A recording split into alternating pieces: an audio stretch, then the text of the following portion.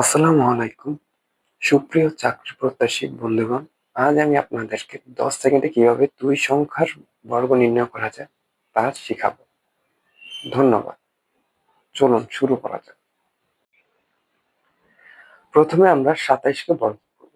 চলুন 27কে বর্গ করার জন্য প্রথমে 7কে স্কোয়ার করব। 7কে যদি আমরা স্কোয়ার করি তাহলে 49। 49-এর 9 হাতে আছে আমাদের কত? 4।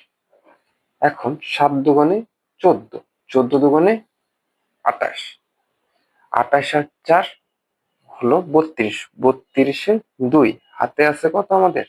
আবারও হাতে 3 রয়েছে।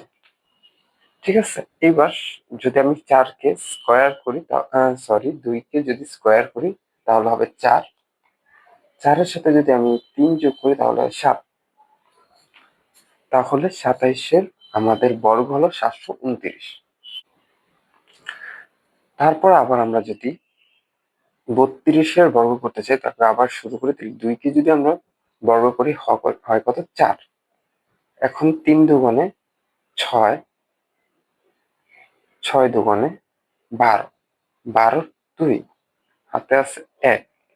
3কে যদি আমরা বর্গ করি তাহলে হয় 9, 9 আর 1-এ 10।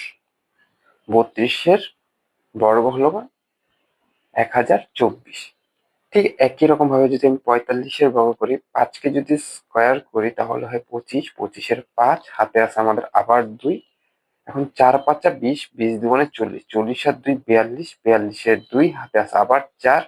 4কে যদি বর্গ করি হয় 16, 16-র সাথে যদি 4 যোগ করি তাহলে হয় 20।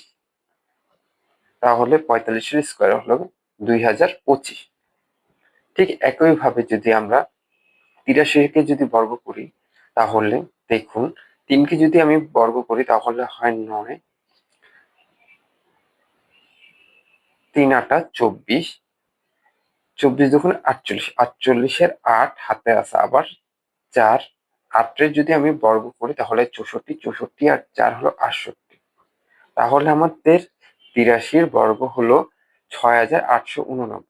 ধন্যবাদ। ঠিক একইভাবে আমরা যেই কোনো ধরনের দুই সংখ্যার বর্গ খুব সহজে নির্ণয় করতে পারবো।